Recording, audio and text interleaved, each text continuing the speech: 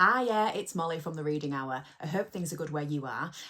My husband and I just had a lovely day out together and we both treated ourselves to a full price book from Waterstones.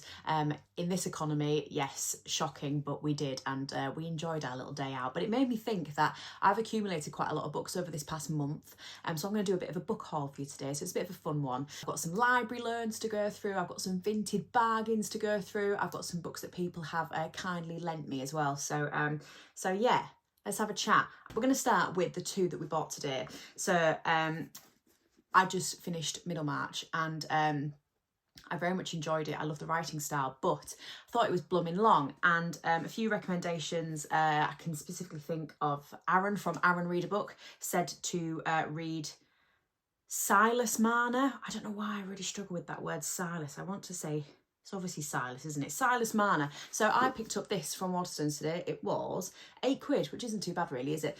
Oh no, actually it's a really small book, isn't it? But I'm not too picky about things matching or looking pretty on shelves, but I did want the similar edition.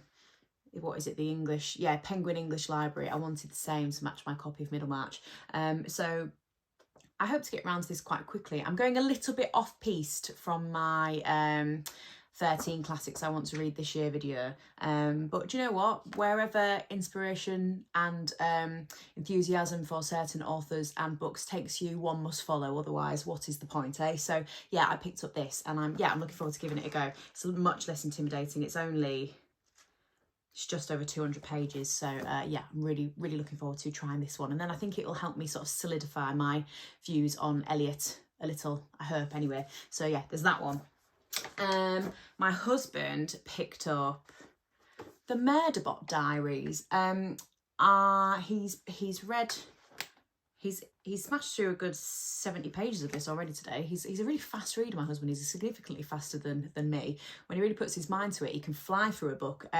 But this is oh God, I don't even know. So it's a story about I think it's kind of like an AI robot, although there's a lot of mystery about how the robot has come to be. And my understanding is that this robot just wants to chill out and watch telly and have a good time, but there are expectations of it. Scornful of all humans, all it really wants is to be left alone long enough to figure out who it is and to watch its favourite show in its downtime. My husband's enjoying it so much. Husband's enjoying it so far. And I might pick this up after him, maybe. If anyone's read this, let me know. But yeah, it's beautiful as well. We both absolutely love a very soft sort of floppy paperback. So yeah, looks good, doesn't it? So there's that one. So my next three are library loans. I have a great library, and I stopped using the library at the beginning of this year. I think in my head, with my channel, I wanted to own the book and didn't want to feel like I had to go and give it back before I'd maybe reviewed it or whatever. But actually these three that I've loaned, none of them are in a queue, so I can just continue to renew them as long as I need them for. But the first one was Colour of Magic. So Terry Pratchett. There's a lot of gaps in my Terry Pratchett sort of knowledge. I read Terry Pratchett, I read the Tiffany Aching books when I was really little, and I went on to read the Death books when I was a little bit older. I've read the odd standalone here and there. I think I've read the one about the cat. What's it called? I'll put it down below. I can't remember the name of it, but basically there's a lot of back and forth about where one should start with Terry Pratchett. And generally, the general consensus is that don't start at the beginning because his first books are hot trash and they will put you off the rest of it.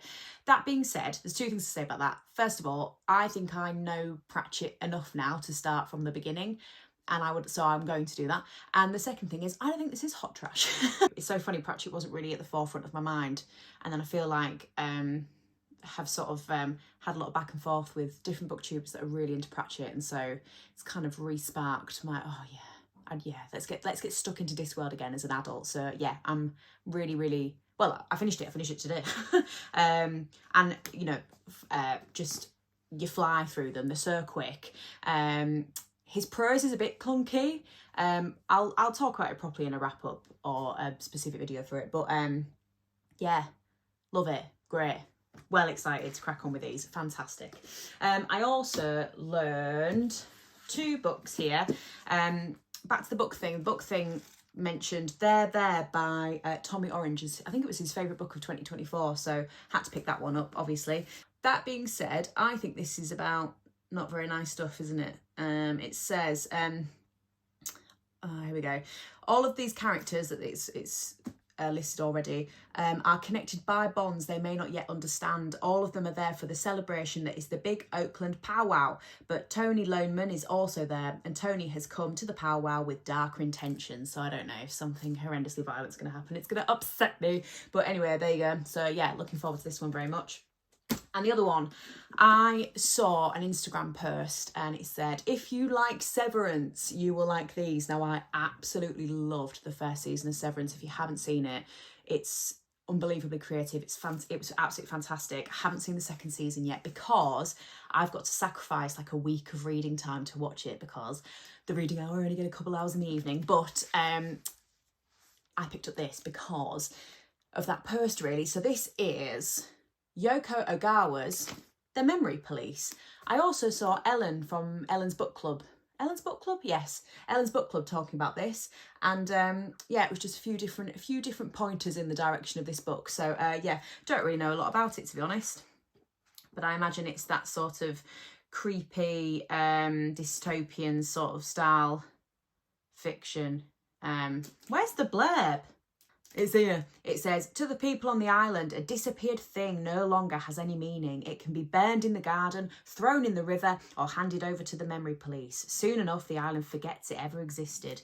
Don't know what that even means. So yeah, looking forward to this. Fun. Just ignore my hair today, by the way. I literally just washed it and it is like, my mum and brother scored for beautiful curls. I scored for frizz, and that's all my hair does. So yeah, sorry about that. I'm a ball of fuzz.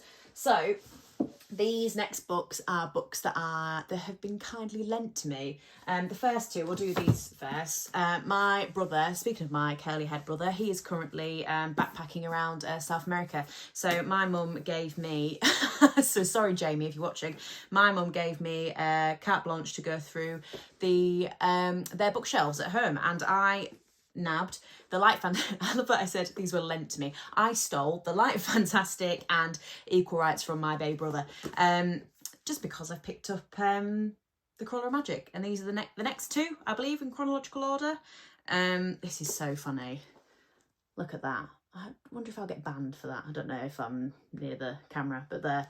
So the other one is really random. My boss at work, who's really cool actually, I like her very much, she lent me, oh God, Educated by Tara Westover, beginning of this year, and I gave it back to her and said I very much liked it. And then the next week this appeared on my desk. So this is Will Self, the Book of Dave.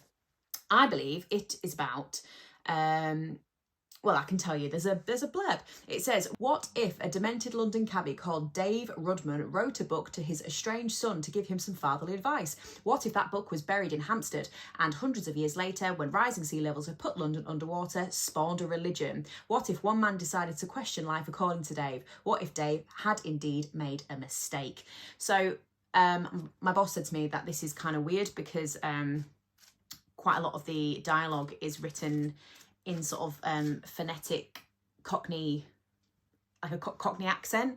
I don't think, and I assume there's Cockney rhyming slang in it as well. But yeah, basically she said it was quite difficult to read, but that she enjoyed it and she thinks I would as well. So if you've read this, Will Self, I've seen him be interviewed on like Channel 4 News. He's a really sort of charismatic, eccentric kind of guy. And I was pretty impressed by him when I saw him be interviewed. And so, yeah, this is an interesting one, isn't it? It's quite big.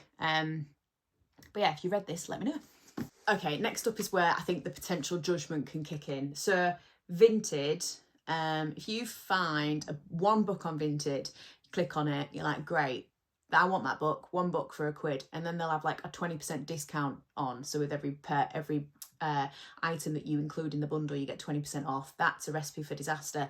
But through that sort of bargain, I was able to get, someone was obviously having a huge clear out But I managed to get Charles Dickens, A Christmas Carol, Bleak House, Martin Chuzzlewit.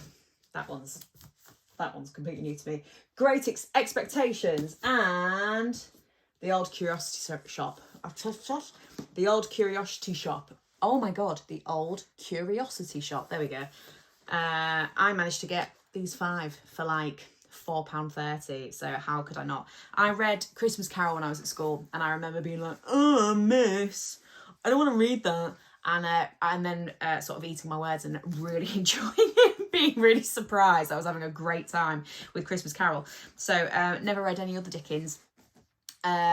You will know if you've sort of been watching for a while now, I really, really enjoyed Secret History by Donna Tartt, and Donna Tartt sort of quotes Dickens being one of her huge inspirations. And so I thought, yeah, a pretty decent collection of Dickens for less than a £5. Can't really resist. These have been well read. I mean, look at the spine on Bleak House. That's been read by somebody that likes to fold a page over. But luckily, I like to read like that as well. One of the cardinal sins of reading, I do like to do that as well, so I'm not too bothered. But yeah, well chuffed with them as well. I'm running out of space. Oh yeah, so this was another bundle. So again, Vinted. I said, I want Hello Vinted. I really liked Atonement. Have you got any other Ian McEwan? And this lovely little book came up, The Children Act. And obviously the lovely lady that was selling this book also had The Adventures of Sherlock Holmes. So got them too, another 20% off, very nice. And she also had, I couldn't believe it, she had The Little Friend by Donna Tartt. So yeah, nice little collection there. Again, she had all her bargains on, that nice lady, so well chuffed with that. And then the final 3, I think I got these ages ago. I got these like when I first started my channel, really. So Tim Key, love an awkward English comic. I think he is absolutely hilarious, and I really wanted his poetry collection. It is the Tim Key, the incomplete Tim Key. If you don't know Tim Key, he kind of writes sort of bizarre poems that sort of lack any, I don't really know anything about poetry, so I'm not going to start to pretend that I do, but they kind of lack any sort of musicalness to them. They're very blunt, but they're very funny. Let's find a good one. So poem 681, The Rules of War. Lee snuck off to get a crepe and some beer. When he came back to the trench, his major gave him a right ticking off, including killing him with his revolver. It's a little bit Spike Milligan, isn't it? But kind of less silly. Let's see if I can find another one. Oh, I'm not sure I'm going to read that one. I just read one aloud and then realised can't possibly say that on my channel. James attempted to murder his wife. They ate trout in silence that night. The awkwardness was palpable. Look, I know this isn't going to be for everybody, but it is the sort of dumb stuff that makes me giggle. So yeah, Tim Key's incomplete collection of poetry, very funny. Last 2, so I'm shedding books. Last 2, so I thought it'd be quite funny as a huge Twilight fan to read Twilight again. How old would have I been when Twilight came out? Let's have a look. When did Twilight come out? 3rd of December 2008. So I was 11. I'm quite young then. No, I'm just shy of being a tween, aren't I? Anyway, loved it. Loved Twilight. Was obsessed with it. And you know, bought all the books and read them all really quickly between Twilight and New Moon coming out. I thought it would be quite funny to go back now as an adult and try again and read it again and tell you my thoughts. So yeah, Twilight, there we go. I'll do that at some point, I'm sure.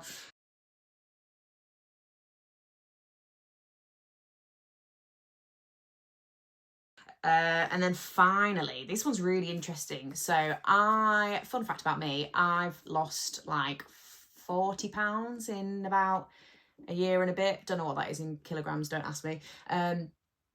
After some really terrible eating habits that I developed through the depths of sleep depression in the postpartum period. I was just fueling myself with sugar and very milky coffee and not cooking and eating takeaways, and yeah, I just didn't do myself any good, and not only gained weight through pregnancy, nearly knocked my thing over.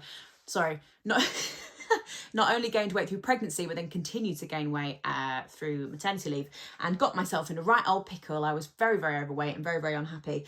I went in just initially just reducing what I was eating and expending more energy through exercising, and it does work, believe it or not. You just have to do it for ages, and it's really boring, but it does work. So I did that, and then my weight loss slowed down, and I realized that I was bloody starving, because if you have a sandwich, if you make a cheese sandwich, for example, that cheese sandwich might be like 300 calories, but if you buy a cheese sandwich from Tesco, like Tesco meal deal, it'll be like 500.